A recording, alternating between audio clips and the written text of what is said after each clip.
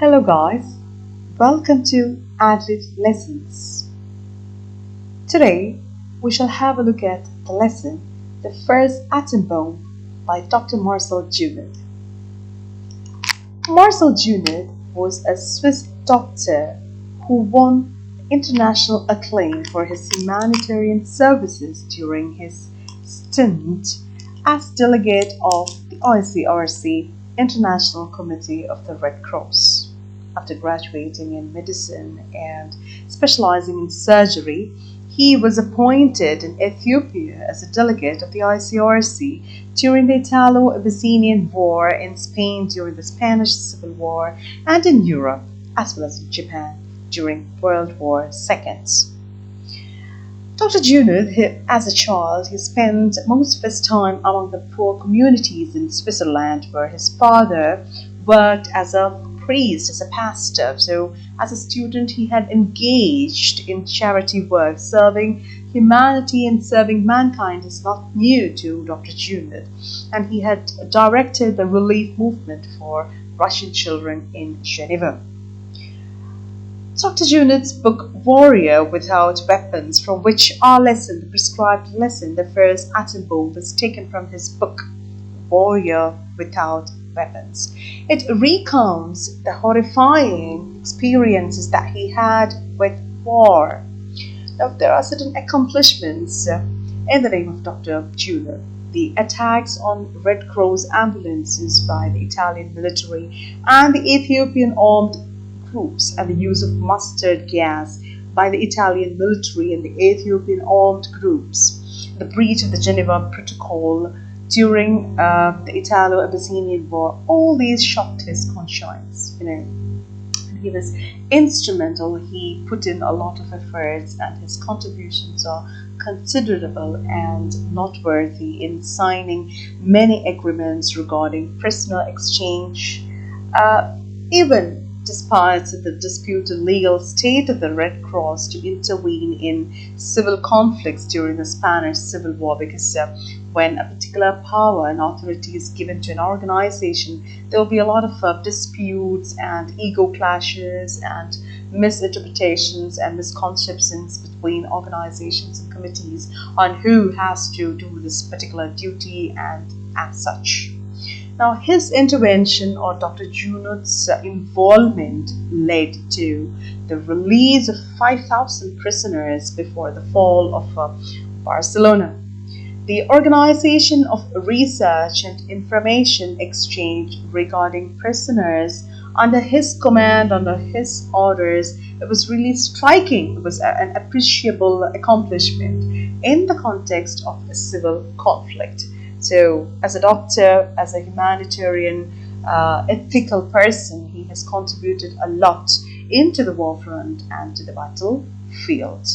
Now, what is the Manhattan Project? This is very pertinent as far as our lesson, prescribed lesson, The First Atom Bomb, is concerned with. The Manhattan Project was a research and development undertaking during the Second World War that produced the first nuclear weapons. Now, this was led by the United States with the support of the United Kingdom. Of course, you know the war, the Second World War, it was fought between the two massive groups, the two factions, the Allied and the Axis powers.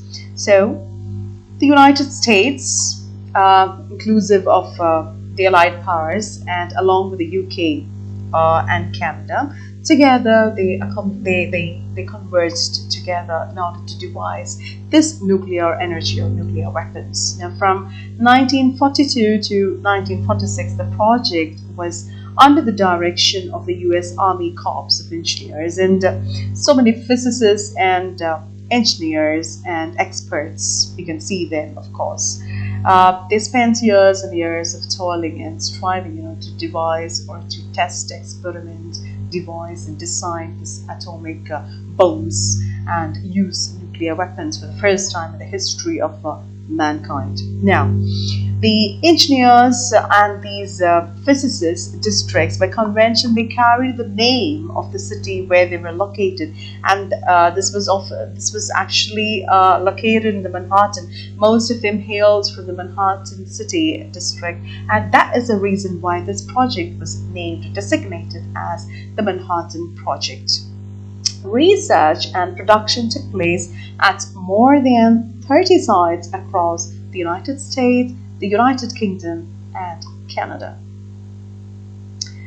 Yes. After the interim committee decided to drop the bomb, the target committee, they decided under the leadership of President Truman, because Japan was in no way, even though the Axis powers, they declared, they admitted and accepted their defeat, Japan was in no way retreating or succumbing. They were not surrendering. They were going on and on, just waging a war, which was a futile attempt, they know. And towards the end of this Second World War, which is immediately before Truman and his team has decided to drop or use atomic energy for the first time in the world, Japan was really making a lot of trouble to the Allied groups, and Truman and his team, they actually anticipated, they were really, they were scared and they were fearful about resulting in thousands and thousands of casualties from the Allied force and the Allied power, especially the Americans. So in order to put an end to all these things, all these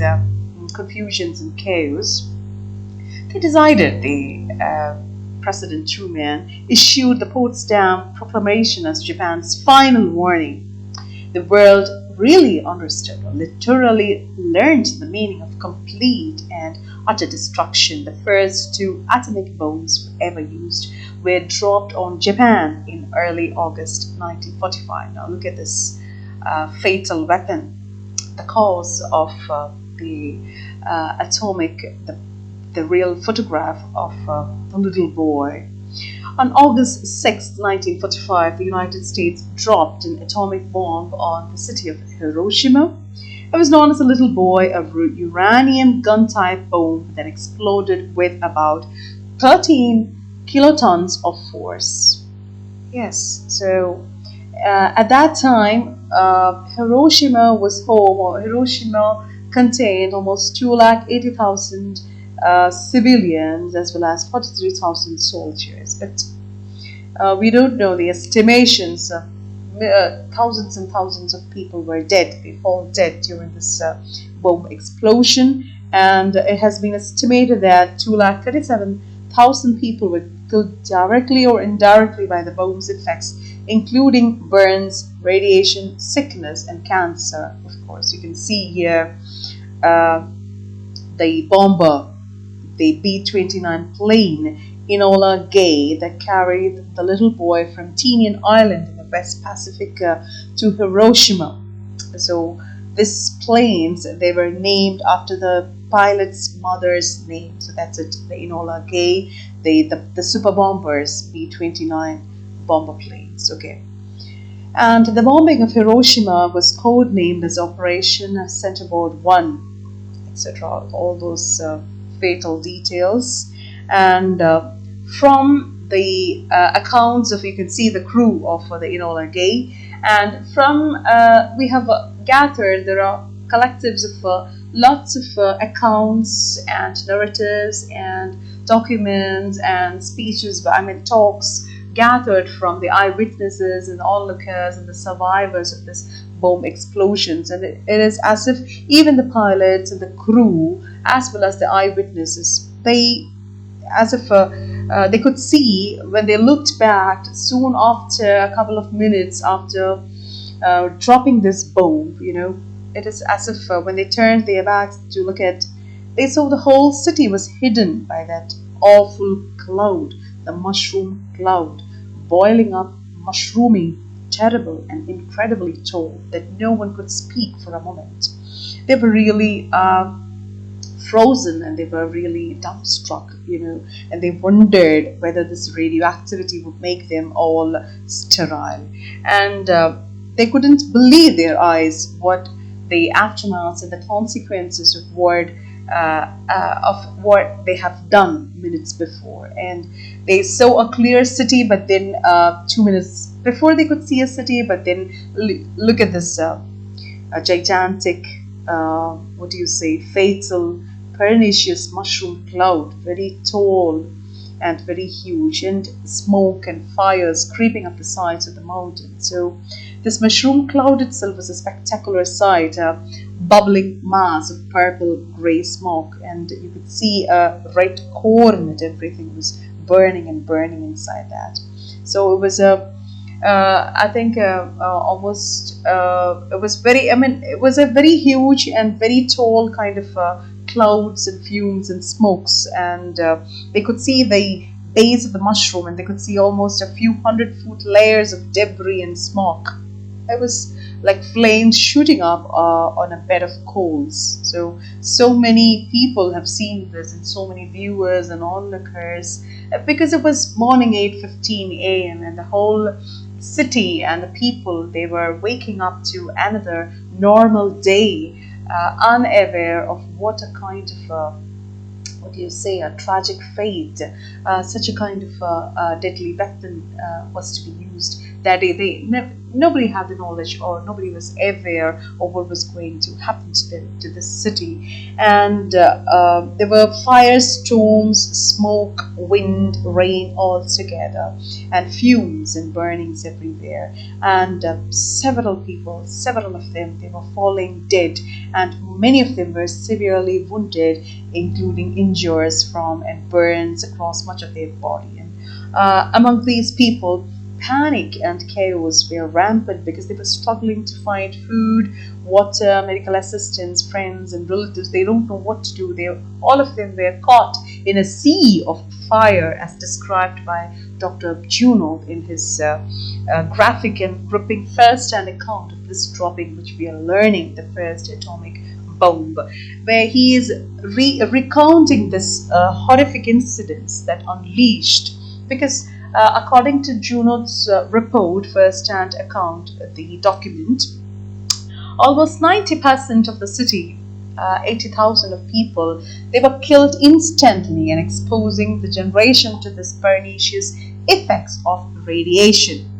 Okay, and the first test, this atomic bomb, was first tested at the Trinity Test Site, New Mexico, on July 16, 1945, and later on, it was on August 6th, it was dropped on Hiroshima. Now, even though there were so many, there were references of this bomb's absolute devastation, both the crew, the pilots, and the people who have used it, they don't have any real knowledge, or they don't know the ultimate absolute devastation that this thing would cause after using it. It seems as if the whole city was transported to a hellish version of the afterlife, the worlds of the living and the dead. It was not easy to identify who were dead and who were alive. The world, or the condition of the living and the dead, seemed to converge. It was as if every living and non-living thing was obliterated, and there was total, utter extermination. The whole city was reduced to carbon. The whole city was reduced to a city of the dead, and the whole city was destroyed. It was as of the end of Hiroshima. It was the end of Japan, and it seems that it was the end of humankind. So, 3 days after the United States dropped an atomic bomb on Hiroshima, another one, the second one, was dropped on Nagasaki on August 9. It was a 21 kiloton plutonium device, much more deadly and sophisticated. It was known as the Fat Man. The first one used or dropped on Hiroshima was called the Little Boy, and the second one, which was used on Nagasaki, was called the Fat Man. So again, the same thing happened, the same thing repeated just after a couple of days. And though the damage from these bombs were relatively, comparatively, was small, it created considerable concern in Nagasaki, because many people were evacuated to rural areas for safety, reducing the population of the city at the time of the nuclear attack. So uh, the two cities, they were reduced to dust, and everything living and non-living, it was obliterated, exterminated, and totally wiped off. So that was a condition of Hiroshima and Nagasaki after this two atomic bombing. You can have a look at this fatal, deadly mushroom cloud which wrapped the whole cities of Hiroshima and Nagasaki. Yes, resulting in utter death, extermination, and total devastation.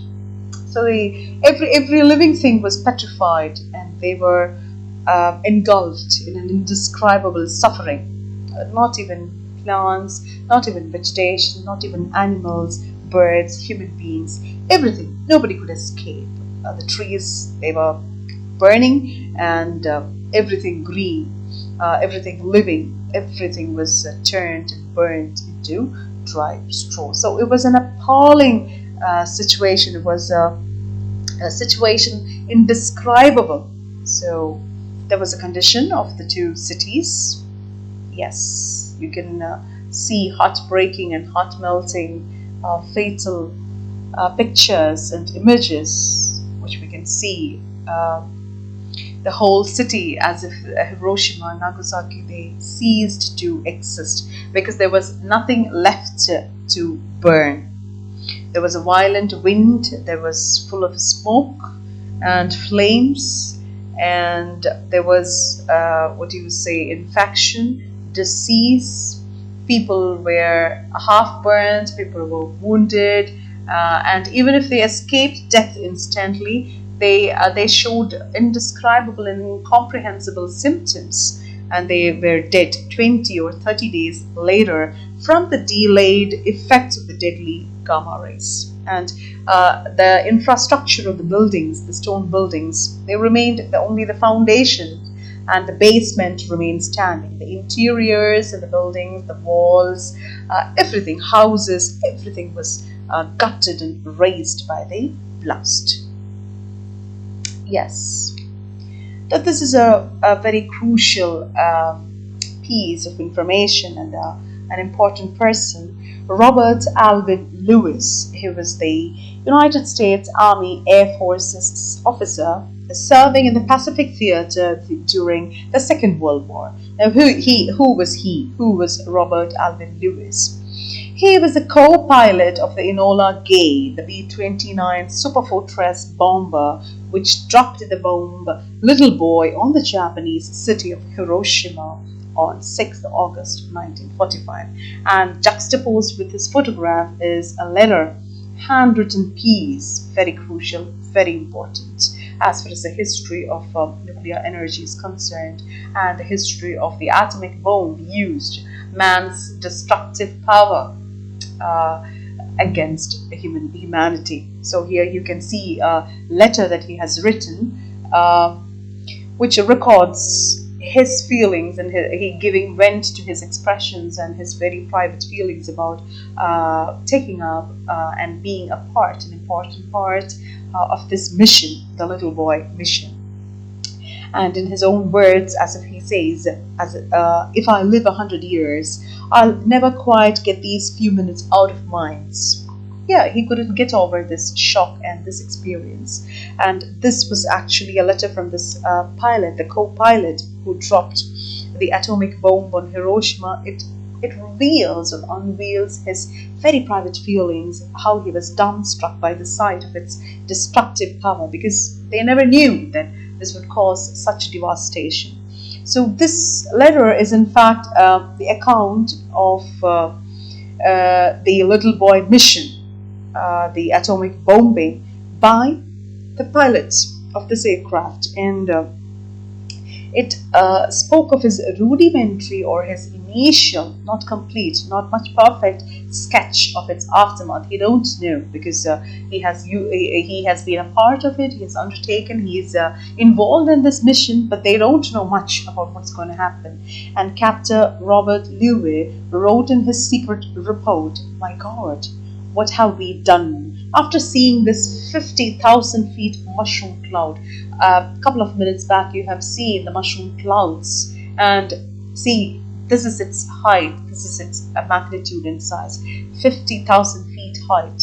The mushroom cloud rising up over Hiroshima, Japan. So an estimated 150,000 Japanese people died when the bomb obliterated as much as 70% of the city, and it brought an end to the Second World War, and resulting or culminating in the emergence of the United States as a superpower, a dominant power, and the credit and the asset of using nuclear bombs in the history of mankind for the first time. So actually, after Captain Robert Louis, when he wrote this unofficial account, he hid it from his senior officers because this is a very confidential matter. It's a hold for a top secret paper or document, and he kept it hidden from his senior officers by disguising it as a letter to his parents. You can see, one could read how he has written "Dear Mom" and "Dad" and the details about all these things. So this seems to be the only piece, the only handwritten manuscript, the only relevant, pertinent piece of this fatal incident undertook by the US force against Japan, and as an immediate reason or cause for the sudden surrendering of Japan and the end of the Second World War. Yes. Now, Dr. Marcel Junod, he was actually an ICRC delegate. We are learning the first atomic bomb was a graphic and gripping account written by Dr. Marcel Junod. But why he was here in Hiroshima, and on what reason has he reached or arrived in Tokyo, especially and visited the war zone areas, the battlefield areas of Hiroshima and Nagasaki. He was in fact a delegate during the Second World War, visiting the prisoners of war by both the Allied and the Axis powers, because he was a medical practitioner. Now, he was sent to Japan and he arrived in Tokyo. His original mission, so this is the headquarters of ICRC, and ICRC is the International Committee of the Red Cross. It's a humanitarian institution based in Geneva, Switzerland. It is a 3-time Nobel Prize laureate. The state parties are the signatories to the Geneva Convention and its additional protocols of 1977 and 2005. It gave ICRC a mandate power. This is the authority, the world authority, to protect the victims of international and internal armed conflicts. So such victims include war-wounded prisoners, war-wounded people, refugees, civilians, and other non-combatants. Who are the non-combatants? People, either soldiers or laymen or civilians who don't directly involve or take part in the battle, in the fight. Okay, they don't combat, they don't directly fight, or they don't directly involve or take part or participate in the fight or in the battle. Okay, they are the non-combatants. So that is the supreme power of the International Committee of Red Cross, and they are also a part of the International Red Cross and Red Crescent movement, along with the International Federation of Red Cross and Red Crescent Society. So it is the oldest and most honored organization within the movement, and one of the most widely recognized organizations in the world, receiving Nobel Prizes 3 times in 1917, 1944, and 1963. So Marcel Junod, Dr. Marcel Junod, he was here, and his original mission involved the supervision of the adherence to the Geneva Convention. And what in fact is the Geneva Convention? You can read here. It is an international rule of war. It is a treatise, or it's a document made in Geneva, Switzerland in 1864. And according to this, this was actually established in 1864, okay, and they were first drafted and they were ratified, they were considered as mandatory in Europe in 1864, and then later on was changed, edited and re-edited, and they had close connections and alliances with the Red Cross activities and proceedings, okay, and these treatises and documents, they were accepted by all the European countries, the US, some Asian and Latin American countries. So according to this Geneva, so Dr. Marcel Junod and his team, they were here in order to supervise the adherence, the proceedings of the Geneva Conventions in the Japanese territory, the war zone areas, the bombed areas, after the American dropping of atomic energy, the bombs on Hiroshima and Nagasaki, and the subsequent Japanese surrender. But then, understanding the situation, the current situation of the cities, he actually organized an assistance mission, a medical expedition team. That was exactly in his own words, a medical expedition team was to be sent. So that was the need for that, in order to assist the or to take care of or to bring back the wounded, the severely damaged, the prisoners, the soldiers, the laymen, the non-combatants. So that was the reason. So out of humanity and the humanitarian ethos and all those things, he actually formed a medical expedition team, this assistance, and he organized this kind of an assistance because they had to supply. So that was what actually, in the words of Dr. Junod, he said that 15 tons of medicaments and hospital material. That was the need. That was the need of the hour, emergency need. They so many transfusion kits. They needed large supplies of bandages, cotton wool, ointments for burns, sulfamides, and blood plasma. So the effects of this bomb was really mysterious, and the situation was horrifying. So all the hospitals were destroyed, the doctors were dead, and there were no facilities. So what they needed was an excellent and exemplary team of doctors and medicaments. Medical assistance was the need of the hour. So Dr. Junod, his timely intervention and his humanitarian concern, all these things were really noteworthy, and they were considerable. He contributed a lot to this emergency situation. So that's all about the Geneva Conventions, and according to Dr. Junod's negotiations and discussions with the American officers, the chief architect of the US force who was there camping at Yokohama, he actually allowed 15 tons of medicaments, and hospital material. General MacArthur, he was willing, in the words of Colonel Sams, General MacArthur was willing to provide or furnish the team with 15 tons of medicaments and hospital material, and they can be distributed all around Hiroshima and Nagasaki under the control and responsibility of the Red Cross. So that was it. These are the proceedings of the Geneva Conventions, and they actually guarantee human rights to 4 groups. So these are the proceedings and activities and the concerns of the Geneva Conventions, of which Dr. Marcel Junod was sent to Tokyo for this particular purpose. So 4 groups of people had to be taken care of: the sick and the wounded put out of action in war, the shipwrecked sailors during the war, the prisoners of war, and the civilians in territory occupied by an army. So these were the chief concerns of the Geneva Conventions, and Dr. Junod and his team did an excellent job at Hiroshima and Nagasaki, aiding and assisting all the people and the injured, the soldiers, the officers, and the civilians, the normal people. So Dr. Junod, he was always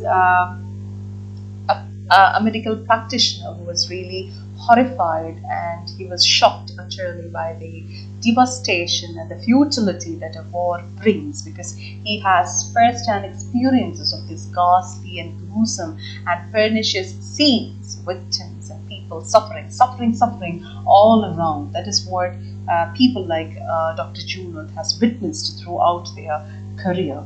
And in his he was actually in his own words, in his diary entry, he says that I have no doubt about it. Okay, he has seen the horrendous consequences of nuclear weapons, and he hopes for eliminating them from this face of this earth. And as he says, I have no doubt about it. The world is today confronted with a choice to continue to exist or to be destroyed or annihilated if that bomb is used again. In these words of Dr. Junod, this is actually taken from one of his diary entries.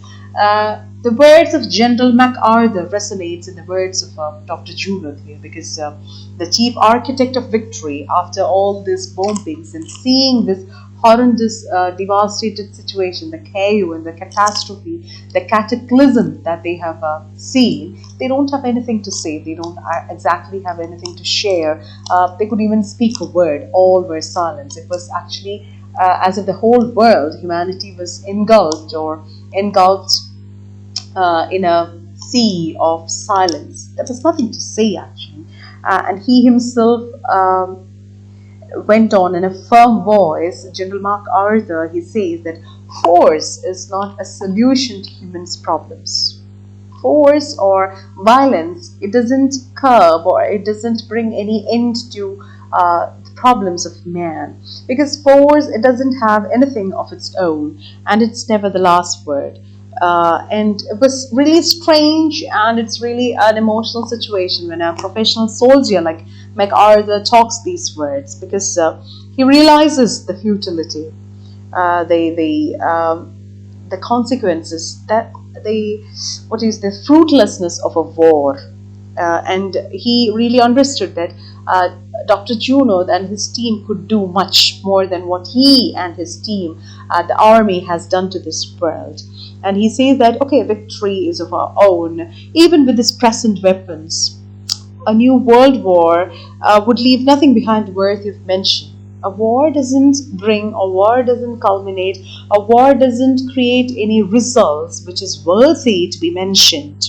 Okay, he was sketching, or he was anticipating, he was musing and pondering over the danger of death and destruction which still hung around the world, because science and technology and advancement is soaring to its heights, and he knew that the technology and human intellect and human science, everything can develop weapons more and more fatal and deadly than his troop and than himself and his team. But then he says that too much has been destroyed in this war, and physical exhaustion is too great. So what actually is the result is that for 20 or 30 years, people or forces or countries or national leaders, they may not think about a war, but that's not the end to this destruction or this destructive power, because what will happen after that? The post-war situation is that there won't be another war for 20 to 30 years. But what after that? What will happen unless between now and then we do everything possible to save mankind from itself? With this rhetorical question, what will happen after that? After 30 years, after 50 years? Are we sure? Can we ensure or reassure ourselves that we won't go for another war?